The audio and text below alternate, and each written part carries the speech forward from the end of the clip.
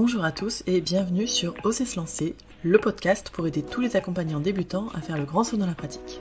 Dans cet épisode, je reçois Kevin Finel qui est directeur de l'Arche. Il est aussi bien sûr évidemment praticien en hypnose et il a développé une école qui est quand même très connue, qui a un centre donc de formation et un centre de recherche aussi, qui a une plateforme en ligne Psychonautes pour l'auto-hypnose dédiée à absolument tout le monde en fait, qui est une plateforme passionnante sur laquelle moi je suis depuis 2 ou 3 ans.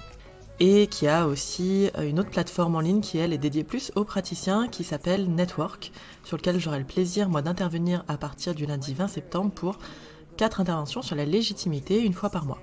Donc si vous écoutez ce podcast avant le 20 septembre, n'hésitez pas à nous rejoindre, à aller sur la plateforme Network, les lives sont gratuits, les replays sont payants, en tout cas ça vaut le coup de s'inscrire. Je te remercie encore une fois Kevin pour cette interview qui était très intéressante. Vous pouvez retrouver Oser se lancer sur sa page Instagram Oser se lancer le podcast et sur la page Facebook Oser se lancer. Bonne écoute. Alors première question très simple pour toi, qu'est-ce que l'échec en séance pour un accompagnant? Voilà, bonne chance avec ça. C'est une première belle question. Qu'est-ce que l'échec en accompagnement pour un... Ça peut être tellement de choses en fait. Ça peut être tellement de choses parce qu'il y a... Quand j'ai commencé, je croyais que l'échec, c'était de ne pas amener le client à son objectif. C'est une vision un peu simpliste, pour le coup. Déjà parce qu'évidemment, l'objectif est parfois le problème de la personne. Et donc, l'amener à son objectif, c'est parfois le moins bon service à lui rendre. Et puis surtout parce que je crois que c'était vraiment très lié à la manière dont l'hypnose et la PNL, parce que j'étais aussi formé à la PNL, était enseignée à ces époques-là, avec le côté, ça devait être rapide et ça devait être efficace. Et avec cette espèce de Graal dont parlait beaucoup Richard Bandler à cette époque-là, c'était, lui disait grosso modo, moi je fais toujours ça en une séance, et donc ça donnait une sorte de pression qu'on n'était pas bon si on faisait ça en plus d'une séance, ce qui à mon avis était très très nocif. Je crois qu'aujourd'hui c'est un peu moins le cas, mais en tout cas, il y a beaucoup, je pense, j'étais pas le seul, de gens qui se mettaient la pression à la réussite. Et donc, ça donnait des problèmes parce que notamment, il s'agissait de ne pas complexifier le problème, de ne pas chercher la complexité du problème. Si on voulait aller vite, il fallait le simplifier plutôt qu'autre chose, ce qui évidemment ne marche pas à tous les coups. Donc je pense que ça, c'était ma première vision de l'échec. Ensuite, j'en ai une vision un peu plus globale aujourd'hui. Je ne suis pas sûr qu'il y ait beaucoup d'échecs quand on prend le soin de la relation, en fait, déjà. Je pense que déjà, s'il y a une relation d'accompagnement qui est bonne et positive pour la personne, il va forcément se passer quelque chose d'intéressant dans l'accompagnement. Ensuite, ça va dépendre du type de demande, puisqu'il y a des demandes quelquefois avec des choses qui sont très précises. Je vais prendre 2 cas. Si par exemple on coach un sportif de haut niveau et puis qu'il n'est pas premier à une compétition, est-ce que c'est un échec? Je ne crois pas si on considère qu'il peut dire j'ai donné le meilleur de moi-même, en fait, parce que nous, notre but, c'est de l'aider à donner le meilleur de lui-même, pas forcément l'aider à réussir.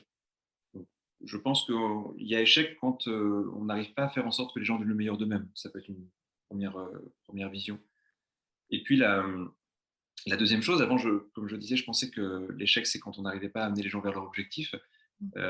Aujourd'hui, je pense que l'échec, c'est quand les gens ne reviennent pas avec une vision plus large de ce qu'ils sont. S'ils restent centrés sur un objectif hyper focalisé, je ne dis pas que c'est vrai tout le temps, ça. Si quelqu'un vient voir un accompagnant juste parce qu'il a une phobie de l'avion, qu'il veut prendre l'avion, ok, on est sur quelque chose qui est assez simple quand même. Mais au fond, c'est pas ça les demandes quotidiennes qu'on a en accompagnement. Avant tout, on a des gens qui sont perdus dans leur identité, dans leur fonctionnement, dans des choses qui sont plus globales, et qui vont voir une petite partie de ça, qui vont appeler leur problème, et ils vont venir consulter pour ça. Et je pense qu'il y a échec si la personne, à un moment donné, on ne l'a pas aidé à prendre du recul, à se rendre compte qu'en fait, ce qu'elle voyait comme étant le problème n'est qu'une partie d'un tout complexe, intéressant, passionnant, sur lequel elle peut travailler. Et je crois que notre travail, souvent, c'est ça, c'est d'élargir le cadre, de recadrer.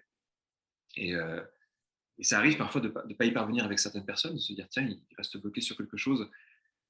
Et on sent bien, en plus, tant qu'ils restent bloqués sur cette chose-là, ça ne va pas beaucoup les aider. Et dans ce cas-là, ouais, moi, j'ai tendance à penser qu'il y a un échec de ma part. Je n'ai pas réussi à trouver les bons mots, à trouver le bon positionnement, à créer la relation de confiance bonne avec la personne. Euh, Ce qui veut dire que quelquefois, les gens atteignent leur objectif et je considère quand même que c'est un échec. Et quelquefois, les gens ne l'atteignent pas et je considère que c'est une réussite. C'est très subjectif tout ça. Ok, donc ce serait plus sur la relation et puis sur l'espèce de connaissance de soi ou de voir plus grand que juste les œillères qu'on met et qu'on a quand on arrive en séance, quoi. Ouais, il y a même un élément, tu vois, qui peut se rajouter là-dessus, c'est la question de l'autonomie qu'on propose à la personne. Mm. Si pour moi, si quelqu'un n'a pas plus d'autonomie après l'accompagnement, il y a quelque chose qui a échoué dans l'accompagnement. Si la personne dit c'est bien, mais en même temps, elle a juste l'impression qu'il y a eu un coup de baguette magique, moi, j'ai l'impression de ne pas avoir fait mon travail, en fait. OK, et dans ces cas-là, comment tu gères cet échec-là ou cette impression de ne pas avoir fait ton travail? Avec moi ou avec le client? Avec toi-même, toi et toi-même ou avec le client d'ailleurs, c'est les 2 sont intéressants. Écoute, avec moi, je le gère en essayant de me feedbacker, c'est-à-dire d'essayer de trouver les endroits où je ne suis pas tombé juste. Je pars toujours du principe que s'il y a un problème, c'est ma responsabilité. En tout cas, ça me semble être la meilleure solution pour trouver des solutions. Et ça ne veut pas dire que ça veut pas dire être dans la culpabilité, ça veut juste se dire, qu'est-ce que j'ai pas bien fait? Si j'ai une situation similaire demain, qu'est-ce que je peux faire différemment au minimum? Pas répéter la même erreur, en fait. Mmh. Parce que pareil, en accompagnement, il y a pas toujours pas toujours le bon choix. Parfois, il y a plusieurs choix possibles. Mais je pense que on peut pas être à l'aise devant un client si on se dit: «Je suis en train de répéter la même erreur qu'avec le client précédent». Donc il y a cet auto-feedback-là et puis se dire que je suis assez enthousiaste, en fait, quand il y a un échec. Parce que je trouve que c'est le moment où on a envie d'aller piocher des ressources un peu plus loin. Il y a des moments, quand on termine une séance et qu'on n'est pas satisfait de soi, je trouve ça donne une envie de bosser pour la séance d'après qui est super importante. Et c'est là qu'on s'améliore en plus. Ouais. On se Faut demandait, si on pouvait s'améliorer sans échec avec mon ami. Je crois pas, je crois pas. C'est drôle parce que là encore, tu vois, je pense que c'est des choses qui évoluent. J'avais jamais conscientisé ça, mais je pense qu'au début, les problèmes en séance me faisaient peur.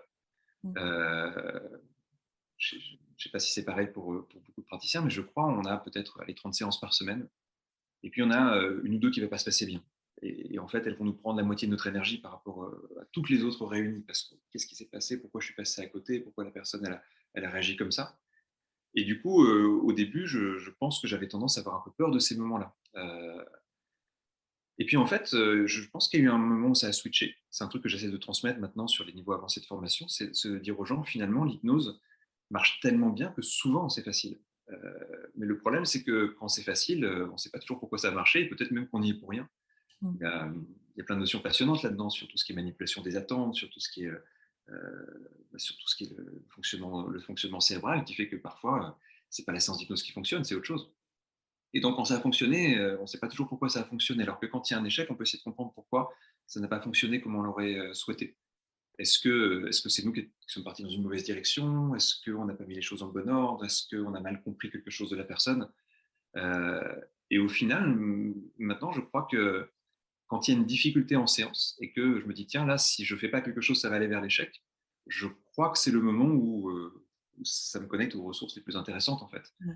Euh, les séances faciles, j'ai presque l'impression de pouvoir les faire sans y penser. Mais quand une séance devient difficile, là, il y a tout qui se mobilise et puis tout d'un coup, il y a un enjeu, il y a un défi, il y a quelque chose de passionnant et on a envie de résoudre l'énigme, en fait, quelque part. Mmh. Ouais, je ressens à peu près la même chose. Le côté énigme, recherche, aller comprendre ce qui se passe, où est-ce que ça bloque? C'est Mmh. là que ça devient super intéressant. Tu as parlé d'erreur, est-ce que tu différencies l'erreur de l'échec?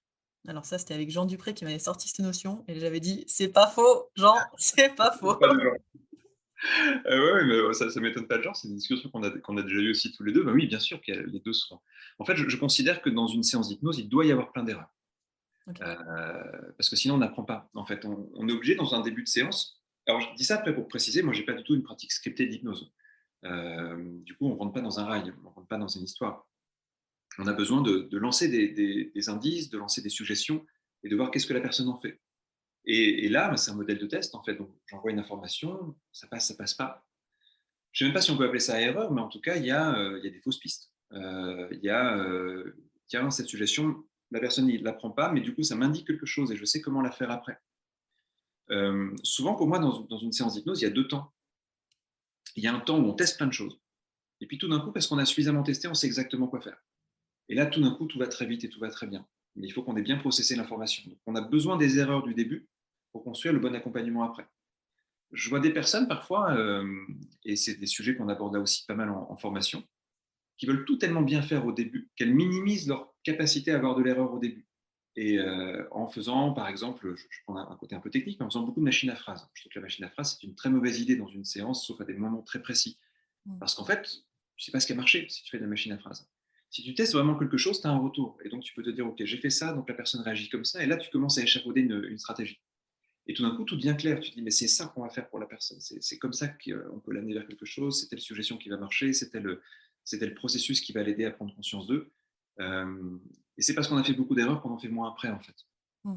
Ouais et c'est vrai que des fois, de peur d'échouer, on va faire un truc hyper global, Oui. qui pourrait marcher avec tout le monde, mais du coup, on va pas du tout apprendre à connaître la personne et ce qui lui va à elle, quoi, en tant que personne.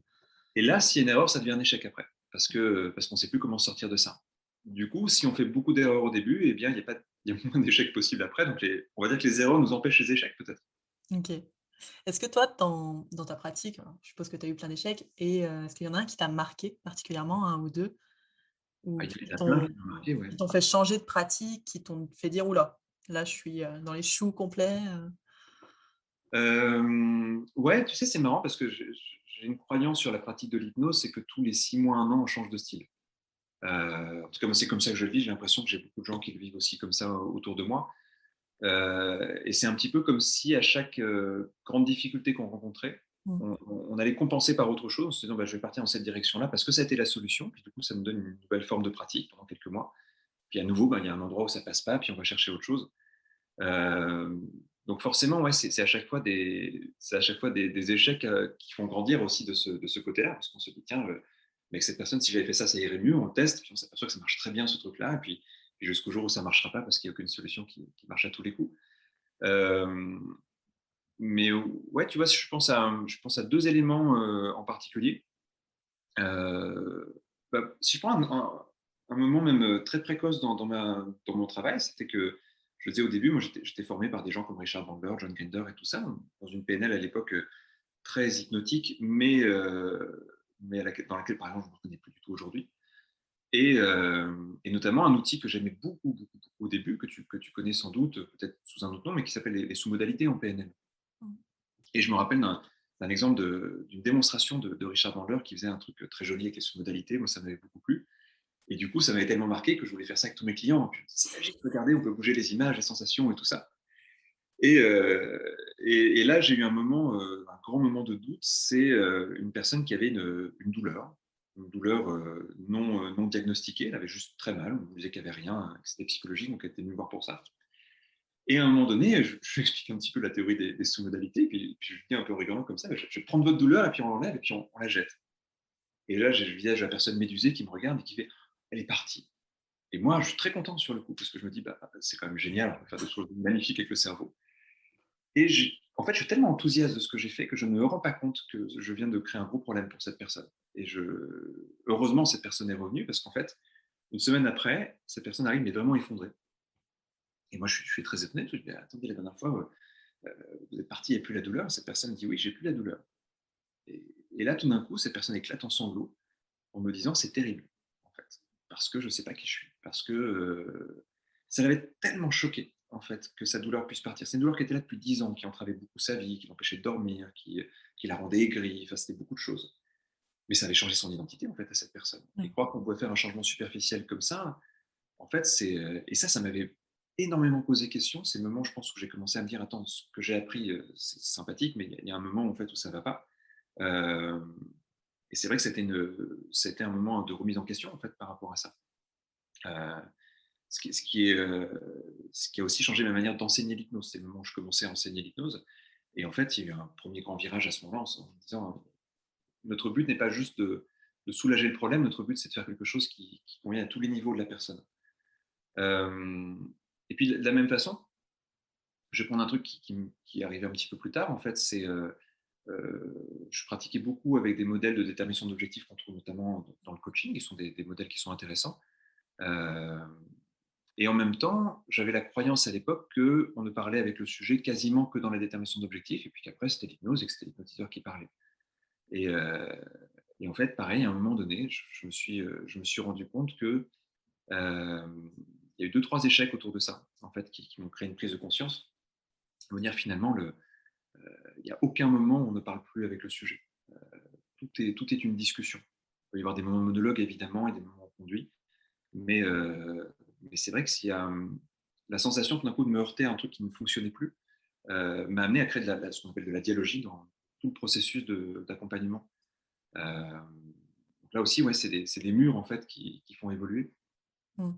Ouais, qui changent nos pratiques. Je pense Mmh. qu'après on a forcément, quand on débute, on fait un peu tous les mêmes erreurs. Je crois, ouais. Ouais, On a après besoin de les faire en fait, quelque part. On a besoin de les faire pour trouver un peu notre style et ce qu'on doit faire, quoi. je crois, oui, c'est des questions que je me pose beaucoup là, du côté, formation parce que, comme tu dis, je crois qu'il y a des erreurs qu'on a besoin de faire. Du coup, il y a des paris qu'on fait quand on forme des personnes et notamment alors donc si je prends la structure de formation qu'on a, on certifie les gens à un premier niveau de formation qui s'appelle le praticien et là, on leur dit tester et nous, on sait qu'on leur a pas tout dit et en même temps, on peut pas leur dire certaines choses tant qu'ils l'ont pas vécu. Je vais Mmh. prendre un exemple tout simple. Parler des enjeux transférentiels tant qu'une personne n'a pas eu des vrais clients, ça n'a aucun sens. Et à une époque, on voulait mettre ça dans un cursus de formation uni, puis on s'est dit, mais non, on va parler d'un truc qui n'a aucun sens pour les gens. Il faut qu'ils se confrontent à ces difficultés d'enjeux transférentiels pour qu'à un moment donné, on puisse les travailler vraiment et amener toute la matière qui est autour de ça, qui est hyper importante, je pense, dans la partie relationnelle de l'hypnose. Je prends cet exemple parce que, tu vois, en plus, souvent, je sais que l'hypnose est encore souvent enseignée comme ça, on va juste apprendre la relation par des choses comme la synchronisation, qui sont très bien, mais qui sont qu'une première étape relationnelle. Et à un moment donné, si on ne travaille pas sur les enjeux transférentiels, la synchronisation, elle a ses limites. Et, mais voilà, je pense qu'il faut apprendre une première couche, tester des choses, et puis tout d'un coup se dire maintenant, je vois bien qu'il y a des endroits où ce que j'ai appris à un premier niveau ne va pas. Et notre façon de travailler maintenant, c'est de dire, ben, voilà, on vous a appris la théorie, maintenant vous voyez les limites de la théorie, maintenant on va apporter des éléments contradictoires à la théorie. Mmh. Et là, il y a une étape de construction qui est intéressante. Mais c'est vrai que c'est pas facile parce que du coup, ça mène toujours ces questions. Quand est-ce que je suis prêt à commencer à faire de l'hypnose? Et je crois que si on attend de se dire j'ai tout pour faire de l'hypnose, on n'en fera jamais. Il faut pratiquer même en sachant qu'au début, on n'a pas tout et que c'est aussi la pratique qui va nous apprendre et nous faire nous poser les bonnes questions. Mmh. Et que peut-être on n'aura jamais tout non plus, parce que plus on avance dans ces trucs et plus on se rend compte qu'on ne sait rien, c'est une catastrophe.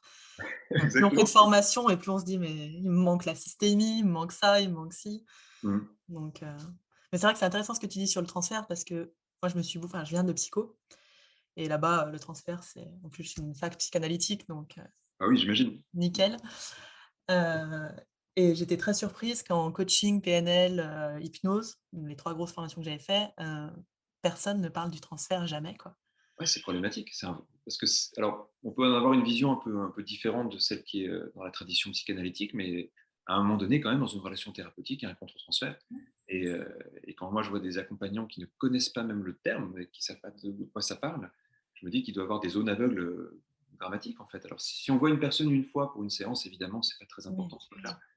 Mais quand on commence à travailler sur quelque chose d'assez profond avec une personne sur quelques mois, ouais, là, on peut pas faire l'impasse de ça, en fait, si je me pose pas la question de la surface projective. Mais, mais en même temps, tu vois, et ça rejoint ce que tu disais tout à l'heure, souvent quand on forme les gens là-dessus et qu'ils ont vécu des difficultés là-dessus et que d'un coup on leur dit bah, maintenant qu'on voit ça, qu'est-ce que vous en pensez? Qu'ils font mais ça y est, je comprends en fait pourquoi je me suis planté. Là, ça a du sens. oui. Je crois qu'il faut s'être planté deux, trois fois, d'un coup se dire mais attends, bien sûr, la personne a projeté un truc sur moi et que tout d'un coup, je me suis pris dans un rôle qui n'était pas le mien et en même temps, je ne sais pas quoi en faire pour pouvoir ensuite comprendre de quoi on parle quand on parle d'enjeu transférentiel. Je suis d'accord, ouais et alors on dévie un peu, mais c'est pas grave. Hem, je pense qu'il y a aussi le fait de quand on l'a vécu soi-même en tant que patient, client, le Mhm. transfert. Parce que moi, je vois mon thérapeute, j'ai envie de le tuer toutes les 5 matins ou de l'embrasser, quoi et de lui dire: «Tu es un génie, bravo», quoi et ça, je peux le poser dans la séance et lui dire: «Bah, voilà, là, voilà, tu m'énerves ou il se passe des trucs» mais quand on l'a vécu en tant que client, tout de suite, on se dit: «Ben, si moi je le vis, c'est clair que, je vais le faire vivre et on va le vivre avec dans une séance». Donc c'est aussi intéressant, je pense, de passer de l'autre côté du miroir et de vivre le truc, ce que finalement pas tant d'hypnos font parfois. En tout cas, pas tant de débutants. Ouais, parce que tu vois, même ce que tu dis de pouvoir poser avec ton thérapeute, le fait qu'il y a ces éléments-là, en fait, je suis pas sûr qu'il y ait beaucoup d'hypnos aujourd'hui qui laissent la place pour ça, Mmh. qui indiquent à leur client qu'il peut vivre ce genre de choses aussi. Et ça, c'est un problème parce que les clients, ils sont très suggestibles. En fait, il y a des gens qui se posent toujours la question de la suggestibilité. Je pense qu'on a un problème de trop de suggestibilité avec nos clients. Ouais. Et si on ne leur donne pas un cadre pour penser à ce qui est en train de se passer, et ben, tout va se jouer à un niveau inconscient et on va se faire avoir aussi en tant qu'accompagnant. Mmh. Ouais, tellement de choses à explorer. Je reviens donc du coup sur l'échec parce que sinon on en a pour 3 heures, je te le dis. Hem, pour toi maintenant, hem, qu'est-ce qui te fait rebondir après un échec? Tu t'en as un peu parlé, tu as dit que c'est te faire un auto-feedback, qui te permet du coup de regarder, mais dans tes capacités, qu'est-ce qui fait que tu fais cet auto-feedback? Qu'est-ce qui fait que tu te dis: «Bah, là, c'est moi». Tu as aussi parlé de la prise de responsabilité, du fait qu'on était Ouais. responsable de ce qui se passait. Ouais, en tout cas, moi, c'est mon fonctionnement. Hem, je pense que ça passe par après c'est vraiment, là encore très, très personnel tout ça, mais pour moi, quand il y a quelque chose qui se passe, pas bien, en tout cas, il y a un moment de blocage dans une séance où la personne part et je sens qu'il y a des éléments qui sont pas cohérents, en fait, c'est très stimulant. C'est-à-dire que, tu sais, sur les théories du flow, on dit souvent que les états de flow arrivent quand on est devant une difficulté à surmonter. Et je pense que c'est un ancrage que je me suis fait dès qu'il y a donc ce qu'on appelle un échec. Pour moi, ça me met dans un état de flow plutôt. C'est-à-dire que tout d'un coup, il y a une sorte de mode survie qui s'active, tu sais, genre, hop, hyper attention, hyper présence. Et du coup, bah, ça me met en transe en fait, hein, tout simplement. Donc il n'y a plus le client à ce moment-là, donc c'est plutôt de l'auto-hypnose. Mais, mais ça m'amène à rejouer plein de scénarios, à refaire. À une époque, je jouais aux échecs, tu sais, quand tu perds une partie d'échecs, tu te la refais dans ta tête 10 fois, 15 fois, 20 fois. Et s'il avait joué ce coup-là et tout ça, et puis tu reprends ton échec et puis tu refais la partie. Et je fais vraiment ce lien avec l'hypnose où ça fonctionne quasiment de la même façon. Tu refais ta partie, en fait. Tu refais tout et tu imagines plein d'hypothèses. Et à chaque fois, tu as deux, trois trucs où tu dis, mais voilà, en fait, l'endroit où il s'est passé quelque chose. En plus, quand la séance est encore assez fraîche, en transe, on retrouve les mots, on retrouve les phrases, on retrouve les intonations de voix. Et moi, j'aime beaucoup travailler sur la mémoire auditive parce que je pense que c'est pas l'écrit qui peut nous aider dans ces moments-là. Enfin, moi, ça m'aide pas beaucoup. Par contre, la mémoire auditive, c'est souvent là qu'on sent une inflexion de voix qui est pas bien passée, on sent le petit temps d'attente avant la réponse. Et on se dit, là, il s'est joué quelque chose Mmh. que j'ai pas vu sur le coup. Alors, il faudrait pouvoir filmer nos séances, ça serait génial, mais Ouais, ça c'est ce serait que j'allais te contraignant. demander si, pour toi, ça aurait un sens d'enregistrer au moins, peut-être en audio, nos J'ai séances et fait, de les filmer? mais déjà, alors je crois que j'étais un peu trop paresseux pour les réécouter toutes. C'est pas Quand grave. j'arrivais à en réécouter une ou deux par semaine, tu vois, j'étais déjà très content de moi, mais bon, voilà, ça faisait beaucoup d'enregistrements pour pas grand-chose. En plus, c'est pas toujours complexe, c'est toujours un peu complexe ce dispositif avec les clients, les enregistrer. Et puis en plus, ça les met pas toujours dans une bonne suggestion. Enfin, je trouve que c'est pas toujours pratique. Mmh. Et puis ça prend beaucoup de temps. Ce que je trouve intéressant, par contre, c'est parfois de filmer ces séances et puis de les revoir avec un confrère, avec quelqu'un qui va avoir un autre regard. Ça, si tous les hypnos pouvaient se faire ça une fois par semaine, se faire des échanges de séances avec quelqu'un d'autre qui regarde et qui commente, ça serait super. Mmh. Euh, à une époque, on avait créé un petit centre de pratique à Paris avec pas mal d'hypnos et on se faisait ça régulièrement, c'était super intéressant. Voilà, après, il faut la structure pour le faire, il faut pouvoir être proche des gens, il faut avoir aussi un bon rapport de confiance. Euh, ce que je remarque aussi, c'est qu'il y a beaucoup d'hypnos qui se figent un peu dans leur pratique. Je crois qu'une des choses qui évite ça, c'est la supervision. La supervision, c'est aussi un endroit où on pose ses échecs, justement. Euh, Parce que comme dans toutes les pratiques, on est un peu seul, on est jugé parti, il peut y avoir cette facilité quelquefois d'oublier de se remettre en cause et puis de rejeter par exemple la faute sur les clients, de Mmh. dire quand même là cette personne était vraiment difficile et tout ça. Elle avait pas envie de changer, On n'a pas envie de c'était pas changer. son moment. Quand même, pas très sympathique cette personne. Et je pense que la supervision, elle évite aussi ces échecs-là. C'est super important, ce côté-là aussi, d'avoir quelqu'un qui nous recadre aussi là-dessus en disant, mais toi, qu'est-ce qui s'est passé? Pourquoi la relation n'était pas bonne avec cette personne? Où est-ce que tu en es toi par rapport à ça? Et qu'on puisse poser nos difficultés, les enjeux relationnels qui nous ont posé problème, nos enjeux personnels qu'on a mis dans la séance. Enfin, il y a plein d'autres choses à analyser de ce côté-là.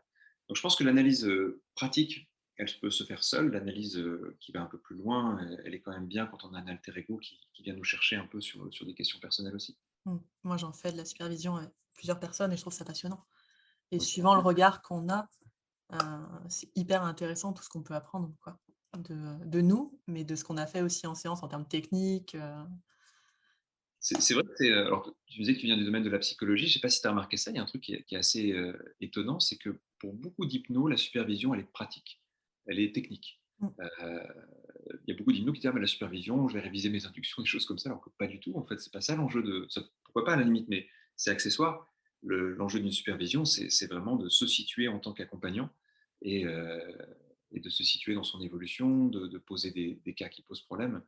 Et donc de parler de ses échecs, en fait, on parle quasiment que de ses échecs en supervision. Et si on se fait bien, pas besoin. je trouve que c'est une très bonne culture de s'autoriser à ça. Et je remarque que les praticiens qui le font dès le début de leur pratique, en fait, gardent beaucoup de flexibilité. Les gens qui n'ont pas fait ça pendant les 2-3 premières années de leur pratique, c'est dur parfois de revenir à ça parce que quand, voilà, quand tu discutes avec des gens qui font de l'hypnose, ils vont te dire, comme tu disais tout à l'heure, j'ai 100% de réussite. En fait, bah non, personne n'a 100% de réussite et ça veut dire qu'on minimise nos échecs en fait si on dit ça. Mmh. Et c'est pas un service à rendre en tout cas.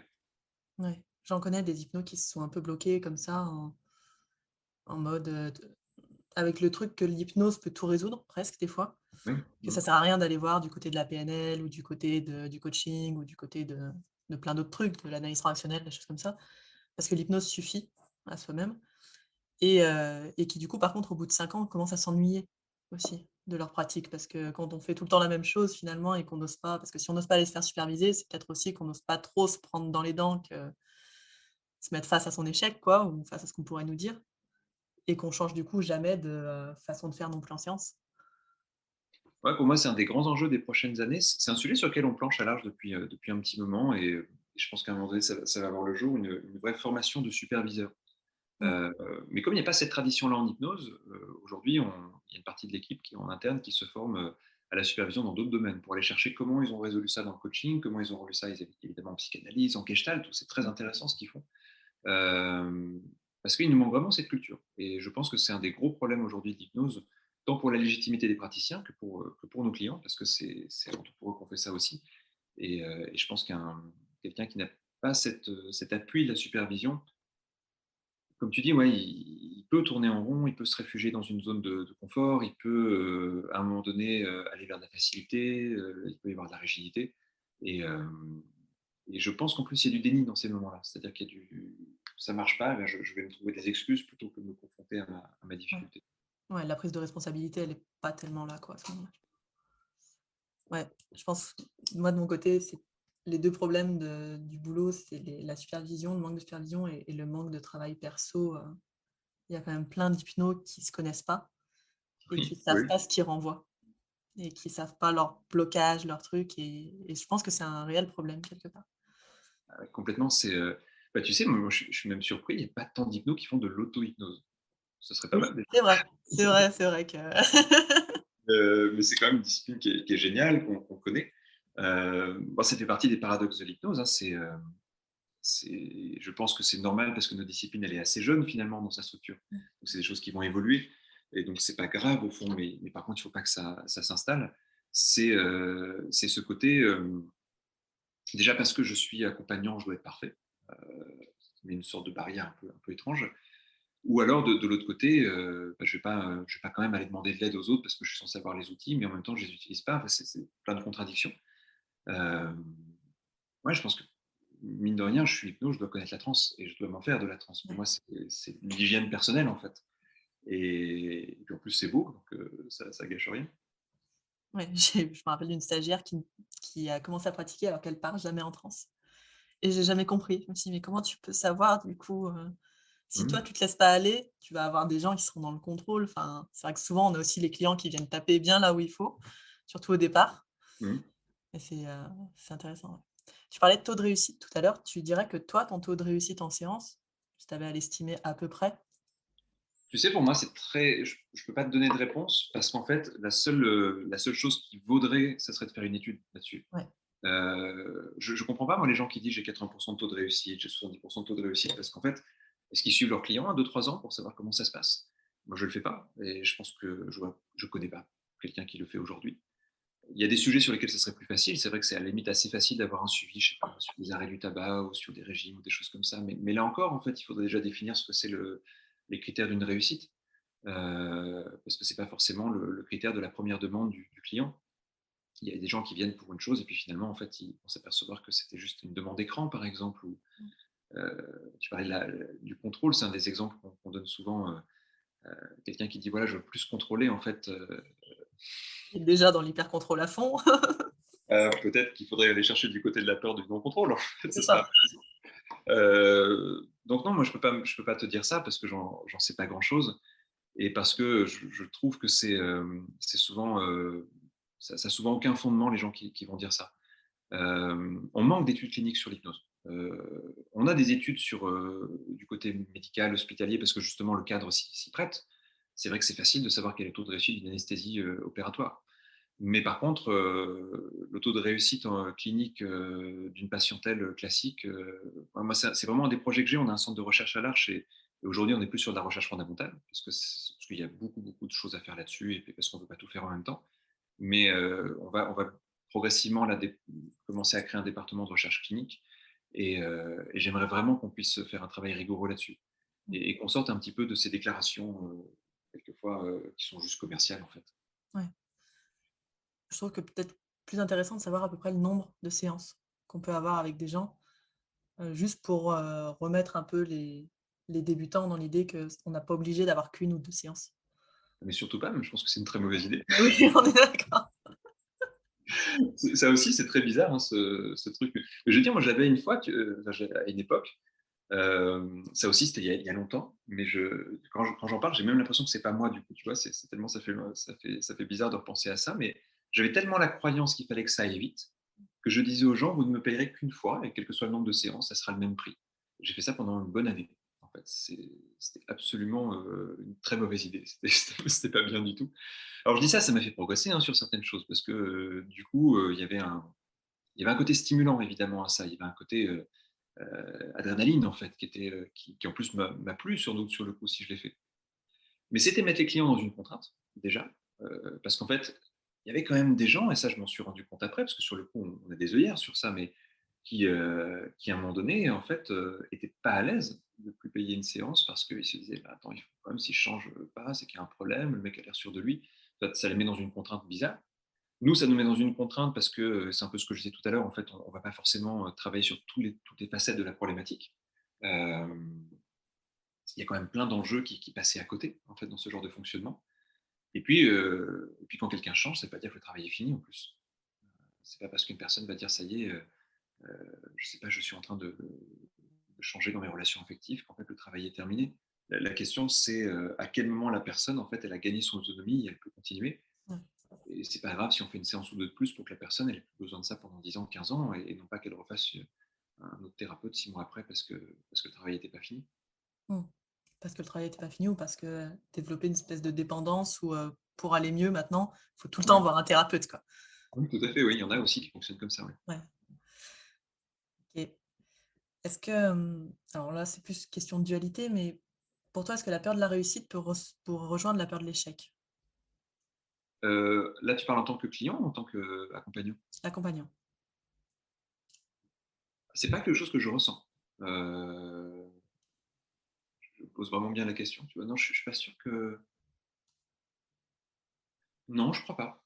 Je crois pas. En tout cas, moi, je ne vis pas comme ça. Ça, c'est quelque chose que je vois beaucoup chez les clients quand on s'approche du moment où ça a vraiment changé. Il y a toutes les barrières parfois qui se lèvent et c'est là qu'on se dit, OK, c'est pas encore prêt, il y a un truc à faire avant. Mmh. C'est des bons indices, ça. Mais, mais non, peur de la réussite, je ne crois pas. Je pense que, par exemple, dans mon fonctionnement, je mets beaucoup d'exigences, mais aussi parce que ma casquette formateur fait que je veux toujours me sentir légitime dans ce que je fais. Donc il y a une grosse exigence qui a des côtés stimulants, puis des côtés quelquefois un petit peu encombrants. Euh, mais la peur de la réussite, non, je ne crois pas avoir ressenti ça. Le manque de légitimité, tu le ressens encore? Même avec, toutes ces années de travail avec l'Arche?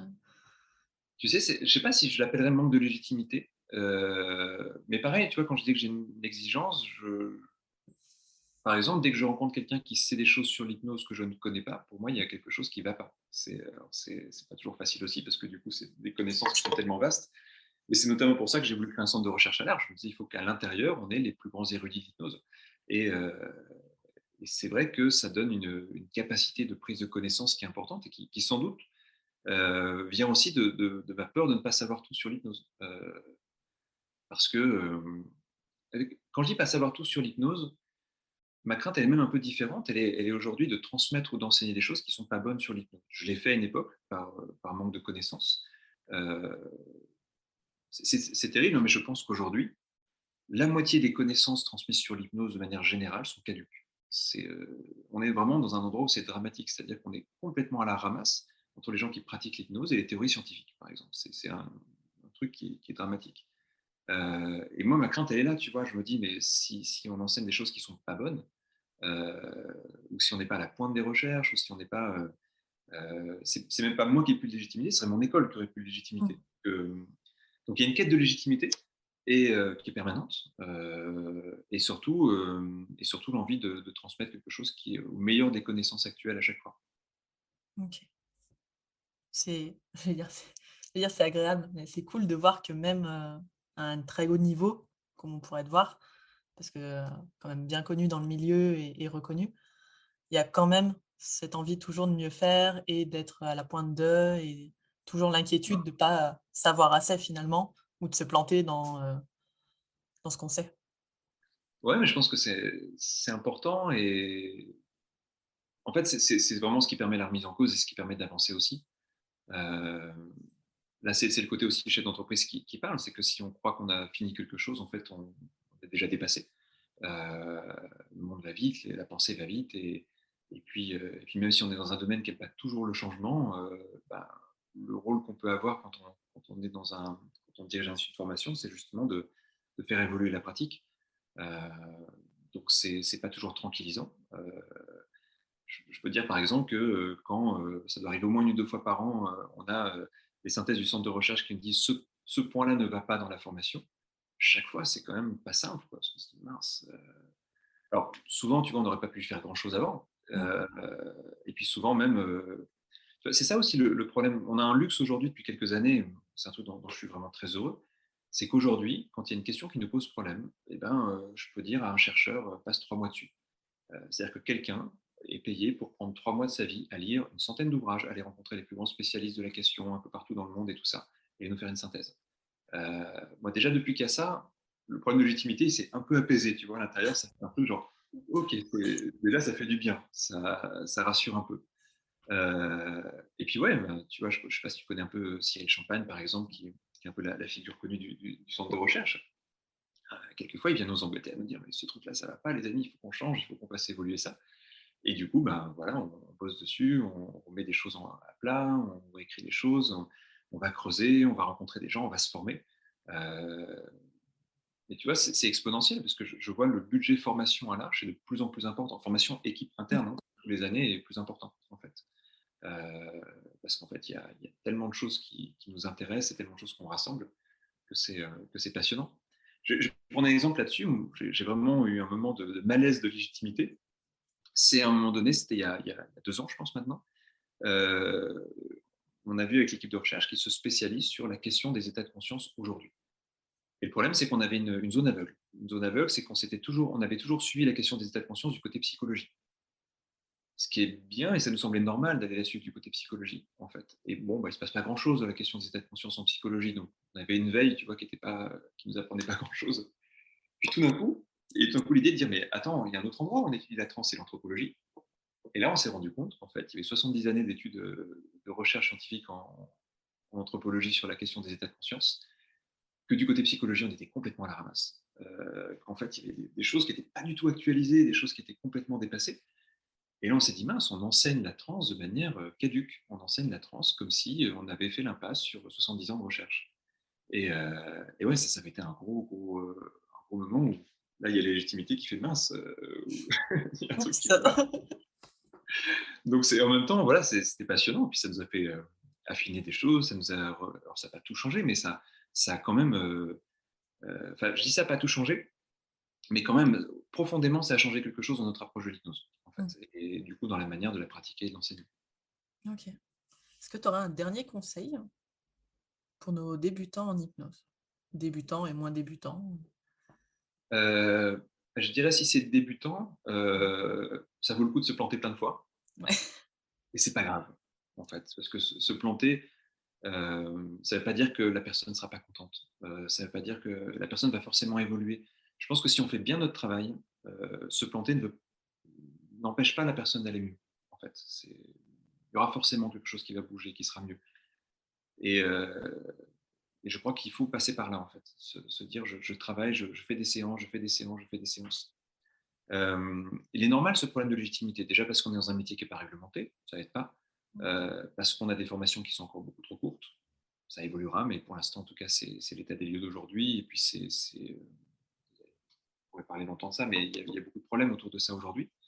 Je ne suis pas sûr que ça résoudrait tout. Hein. Je pense qu'il y a des gens, ils sortent de 50 fois qui ne sont toujours pas légitimes, donc ce n'est pas le seul élément, mais c'est sûr que ça n'aide pas. Et du coup, je pense qu'il y a un moment où il y a besoin de pratiquer et de se dire qu'on va se tromper, et de se dire que ce n'est pas grave et que c'est intéressant. Mais à chaque fois, je pense qu'on fait une erreur, c'est se dire qu'est-ce que je vais apprendre de ça et puis où est-ce que je peux trouver de l'information pour compléter ce que je fais. On n'invente plus grand-chose aujourd'hui dans les bases de l'hypnose.